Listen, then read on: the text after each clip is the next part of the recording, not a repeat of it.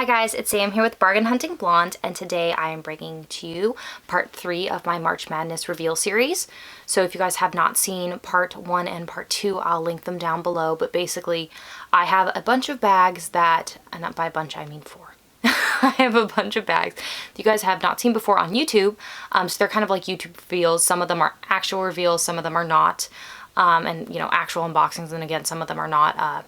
This one I'm going to be showing you today. If you do follow me on Instagram, you will have seen it. I love to carry it. It just doesn't make it in a lot of my Instagram photos because like YouTube, I stack all my picture taking at once because I am rarely in where I live. I'm actually rarely in the United States. So it can be a little crazy to get filming and pictures done and all of that. So I have a lot of bags that I carry, but you guys don't necessarily get to see. Especially when I'm in other countries because I don't have anyone to take pictures for me. So let's get started with the reveal since I've been babbling on for forever. Let me reach and get the bag real quick. It is in this big Rebag dust bag. So a little backstory. I have bought from Rebag numerous times. I like buying from them. They have stores now in New York and California. They have some really good prices.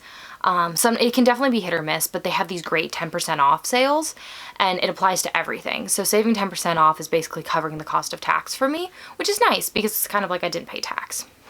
So you will, like I said, you'll have seen this bag. And it is my beautiful Chanel Urban Spirit backpack in the small. This is lambskin, and I'll explain to you why in a second, with the silver hardware. It is a little bit of a darker silver, so it's more of like a ruthenium hardware than like a bright silver that you'll sometimes see on Celine bags. It is the small size, so there is a mini, which is smaller than this, and then there's a large, which is bigger than this. I thought this was the perfect size. I'm not using this as like a backpack to put like books and stuff in. This is like a purse backpack, and then the mini was just a little bit too small for me. Not that I think there's anything wrong with mini backpacks because I do have a Palm Springs mini, but this was just the perfect size of this type of backpack. So some details. You do have this turn lock closure right here, which when you open reveals a drawstring. So your stuff is really safe in this bag. I know some people find it a little annoying to have to, you know, undo the clasp and then undo the drawstring. You honestly could just not pull the drawstring. It is going to be a little hard to see in here because it is black, but the interior is black. There is a zipper pocket right here, which actually still has on, you can kind of see it, it's got a blue tint to it. It still has on the protective sticker that covered the metal. And then it also has a slip pocket. The nice thing about Rebag is all their bags, even if it doesn't come with the authenticity card, in Chanel's case, you know, they have the card that matches the number in the bag. A Rebag does this, which is a cute little envelope.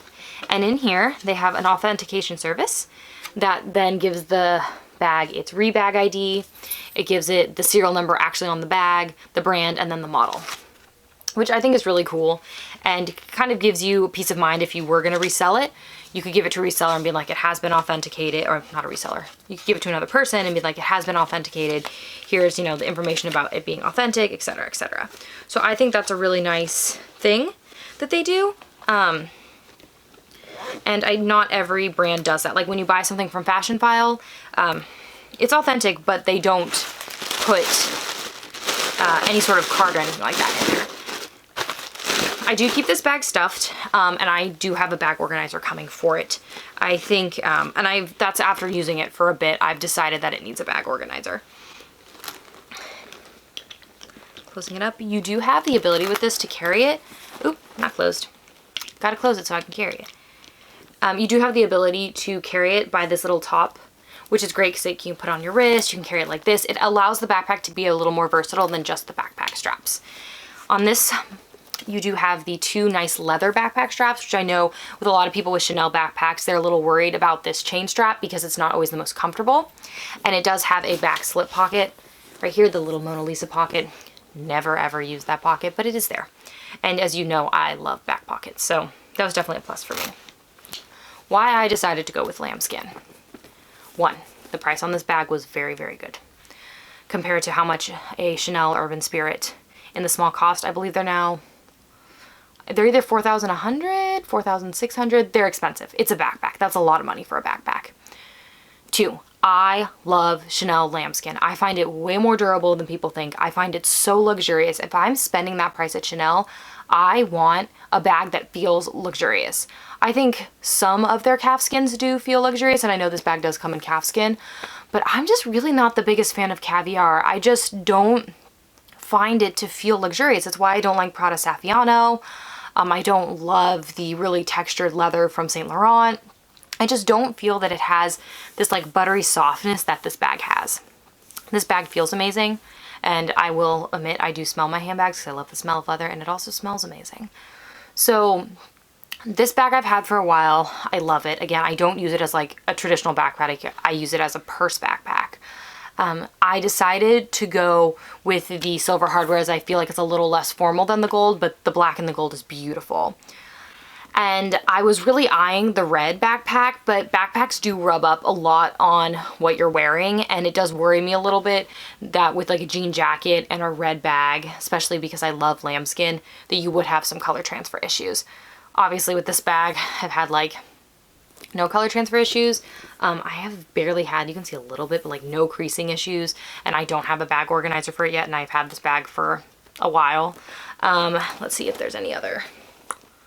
There is, I'll show you in a second, wear on like one corner. So there, where'd it go? Well, I thought I saw wear. Oh, I see it. Okay, I see it.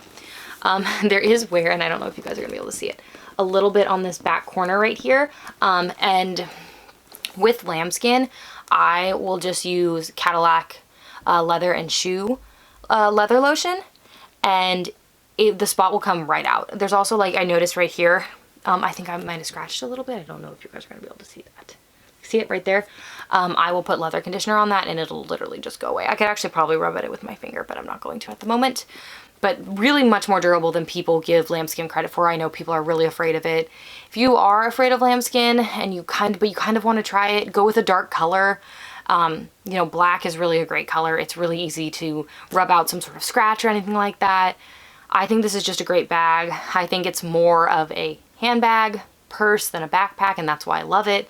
Like I said, I got a great price. I would definitely consider checking out Rebag, and I'll have them linked down below. I've been buying them from them for a long time. So when I started buying from them, they were called Trendly.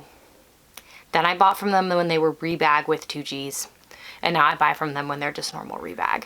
The one thing I will have to say though about this Rebag purchase versus any of my other ones is normally they come in like these beautiful boxes with all this wrapping. This one came straight from their New York store, and it didn't come with all of that. The box was actually really beat up when I got it, and I was really afraid the bag was not in the box. It was, thank God. But I send everything, I was gonna say of value. No, I send literally everything to my office because I am not home a lot and people steal packages where I live.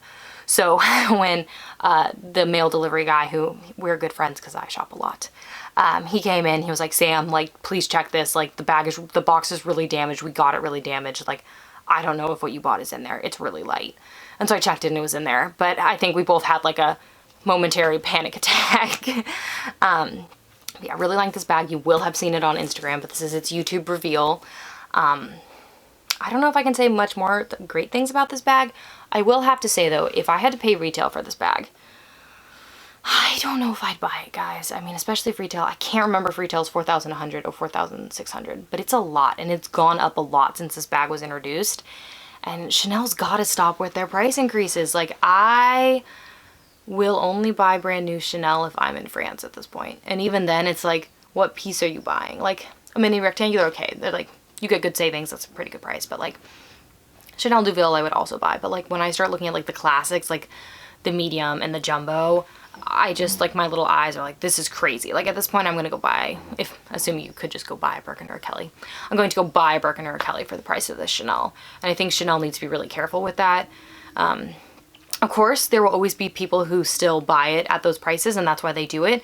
But I do think they're starting to alienate a lot of their really, their good customers, just because prices are insane. And then when you're in the States, you're charging tax on top of it. And if you live somewhere like I do in California, your tax is a lot. So, you know, if you're buying a $1,000 bag, like, add $100 to it basically. And then, you know, from there it just goes up. And it's, you know, if you're buying an expensive enough bag, if your bag's $5,000, your tax is almost $500. Like, that's another Preloved bag, or a small leather good or something like that. So Chanel is definitely something I try to buy Preloved, but I will admit I'm eyeing that 19 bag. Chanel, you get me every time. That's all I gotta say. But sorry about that, guys. I had a slight technical difficulty. What I was saying is thank you so much for tuning in today, guys. If you want to see how I style my bags, please make sure to follow me on Facebook and Instagram, which I have linked down below. If you like this video, please make sure to give it a thumbs up. And if you want to get notified every time I upload a new video, please hit the subscribe button and the notification bell. I'd really appreciate it if you guys subscribe. I'm super close to 1,000 followers, which I know for other YouTubers is nothing, but for me is really exciting. I just do this for fun, and I love to talk to you guys about handbags. I could talk about handbags for forever, and my husband is very glad that I am talking to someone besides him about handbags. So you guys are helping him out. Thank you so much for tuning in today, guys, and I'll see you in my next video. Bye, guys.